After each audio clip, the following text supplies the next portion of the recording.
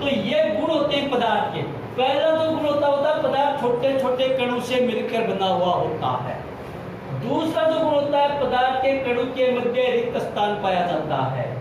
तीसरा जो गुण होता है पदार्थ के कण गतिशील होते हैं।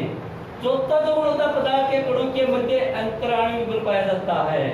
पांचवा जो गुण होता है पदार्थ सतत नहीं होता है। छठा जो गुण होता है पदार्थ में उद्रवपात्र का गुण पाया जाता है। अगला जो गुण होता है पदार्थ में विसरण का गुण पाया जाता है। पदार्थ में वाष्पीकरण का गुण पाया जाता है और पदार्थ में अवस्था परिवर्तन का गुण पाया जाता है।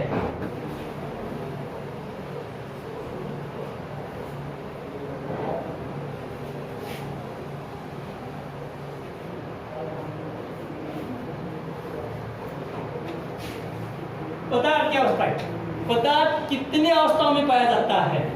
तो अपन बात करेंगे पदार्थ 3 अवस्थाओं में पाया जाता है।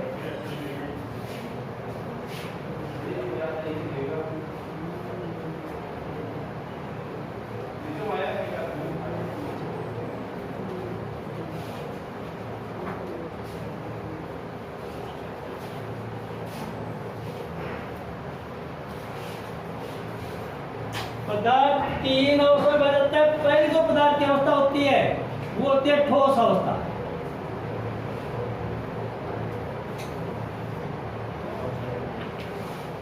दूसरी जो अवस्था होती है पदार्थ की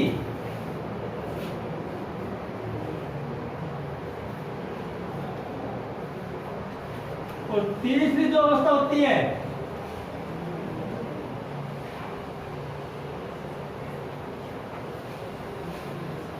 ये 3 अवस्था। कुछ पदार्थ ठोस अवस्था में होते हैं, कुछ पदार्थ प्रकृति में द्रव अवस्था में होते हैं, कुछ पदार्थ गैसीय अवस्था में पाए जाते हैं। कुल मिलाकर के पदार्थ की 3 अवस्थाएं होती हैं। अब अपन बात करें ठोस अवस्था के बारे में।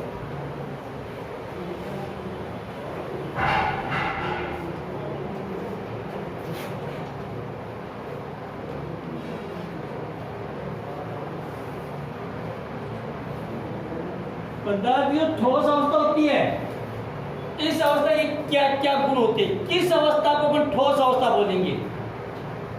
कौन सी पदार्थ की अवस्था को अपन ठोस अवस्था बोलेंगे? इसका पहला जो गुण होता है वो होता है इसमें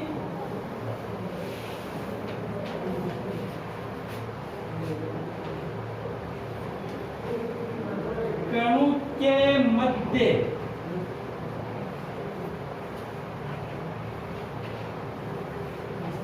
रिक्त स्थान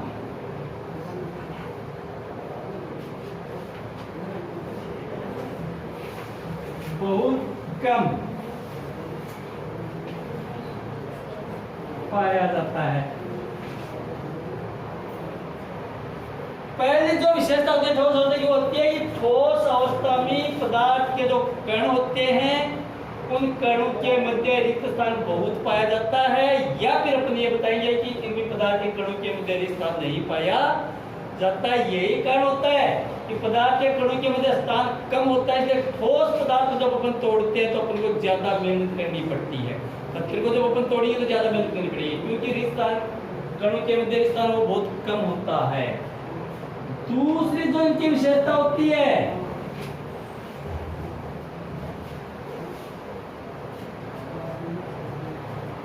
इस अवस्था में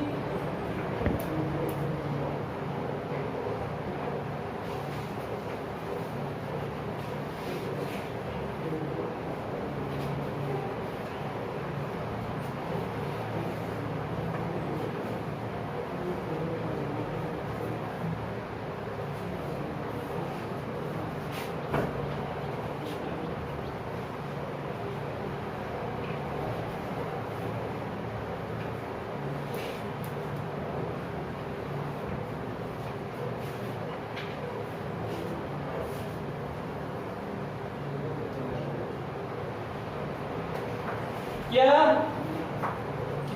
ठोस अवस्था में पदार्थ के कणों के मध्य अंतराणु बल सर्वाधिक पाया जाता है। अंतराणु बल का मान सबसे ज्यादा ठोस अवस्था में होती है। इसका मतलब यह हुआ कि ठोस अवस्था के पदार्थ के जो कण होते हैं कणों के मध्य जो बांधने वाला बल होता है वो काफी मजबूत होता है, टूटता नहीं है वो। इसलिए ठोस पदार्थ को तोड़ते हैं तो पानी की बाल्टी है, बाल्टी को पानी से भरी हुई है, उस पानी की बाल्टी को दूसरी बाल्टी में डालेंगे, कोई मेहनत नहीं करनी पड़ेगी, कोई बल नहीं लगाना पड़ेगा अपने। क्यों? क्योंकि अंतराणु कण टूट जाते हैं, जल्दी टूट जाती है। लेकिन एक बड़ा सा पत्थर होता है, लोहा होता है, उसको अगर अपन तोड़ते हैं तो अपन को बल ज्यादा लगाना पड़ता है। क्यों लगाना पड़ेगा? क्योंकि इनके कण है वो आपस में इस बल के द्वारा मजबूती से बंधे होते हैं, इस बल का मान ज्यादा होता है, इसलिए टूटता नहीं है। तो इस बल को तोड़ने के लिए अपन को ज्यादा बल लगाने की आवश्यकता पड़ती है। तो ठोस अवस्था के पदार्थ के कणों के मध्य है वो अंतराणु बल है, वो सर्वाधिक मात्रा में पाया जाता है। तीसरा जो होता है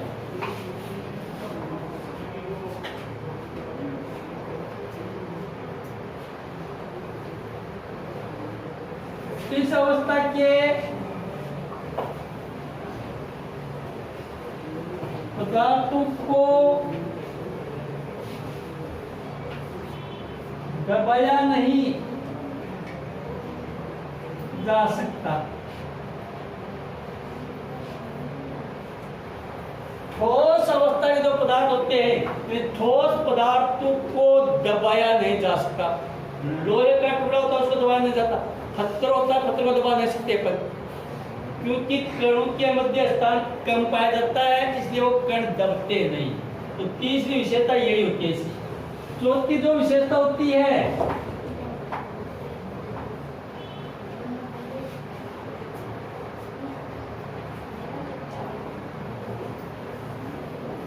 ये बहते नहीं हैं। ठोस पदार्थ वो बहेंगे नहीं, बिना किसी कृत्रिम अवसाधन के प्राकृतिक रूप से ये बहते नहीं हैं। तो ये चार गुण होते हैं ठोस अवस्था के।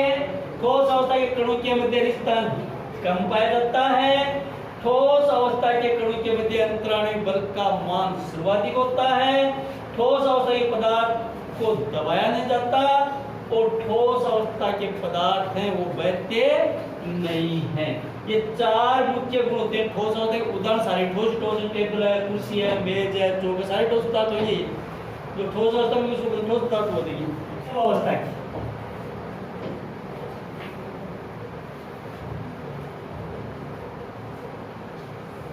कौन सी अवस्था को द्रव अवस्था बोलेंगे? तो द्रव अवस्था का जो पहला गुण होता है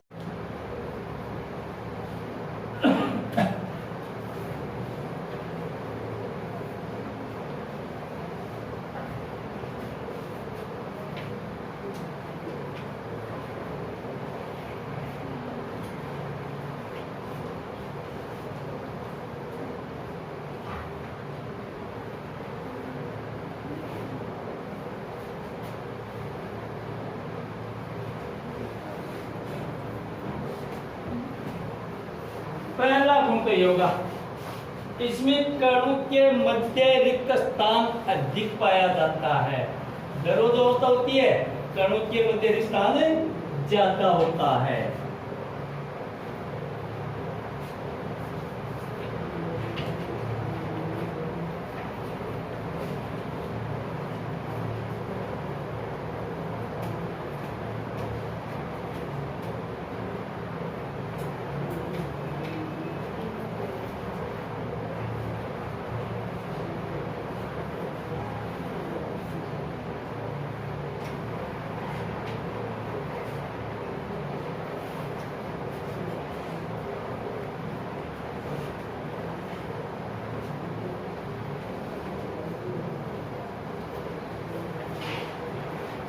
इसमें कणों के मध्य अंतर आणविक बल का मान कम होता है, अंतराणविक बल का मान कम होगा।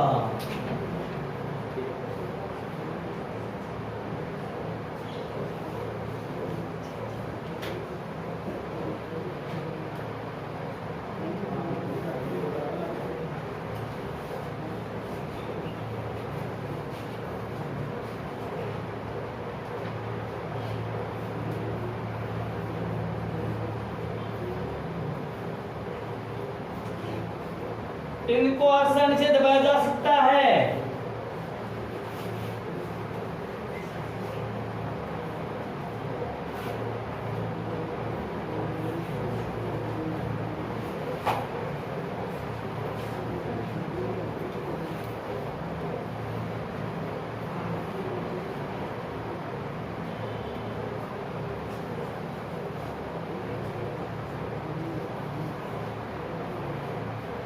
ये बहते हैं, लेकिन ऊपर से नीचे की ओर बहेंगे।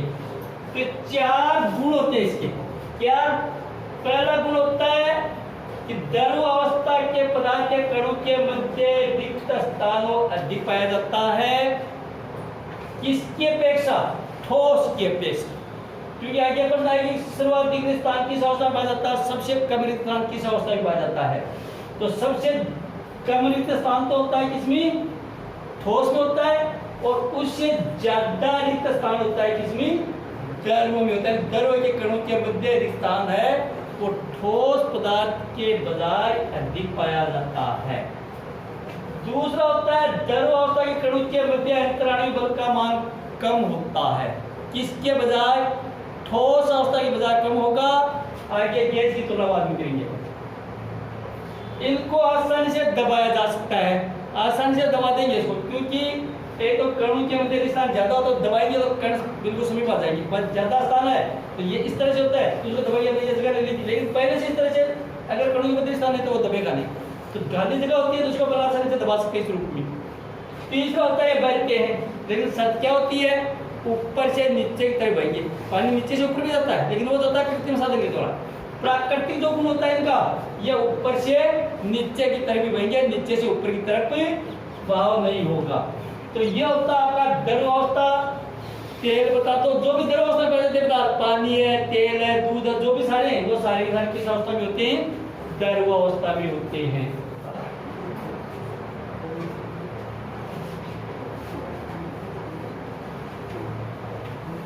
गैस अवस्था के क्या क्या गुण होते हैं? पहला जो गुण होता है गैस अवस्था का, इसमें बताएंगे अपन। इसमें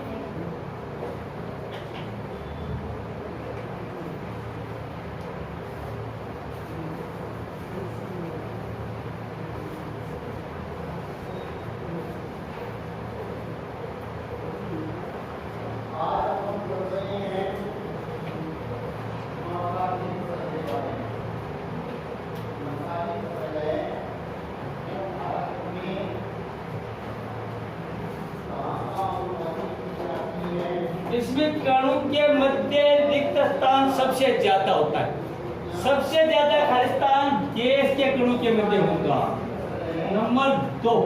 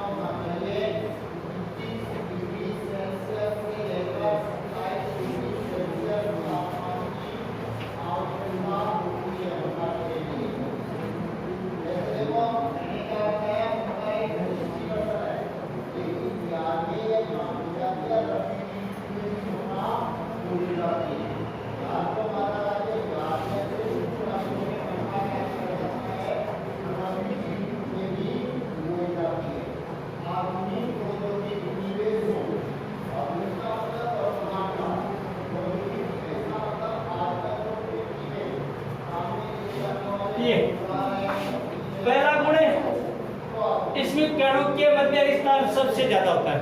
सर्वाधिक स्थान है वो गैसीय अवस्था के पदार्थ के कणों के मध्य पाया जाता है। इसमें कणों के मध्य जो अंतराणु बल पाया जाता है इसका मान सबसे कम होता है।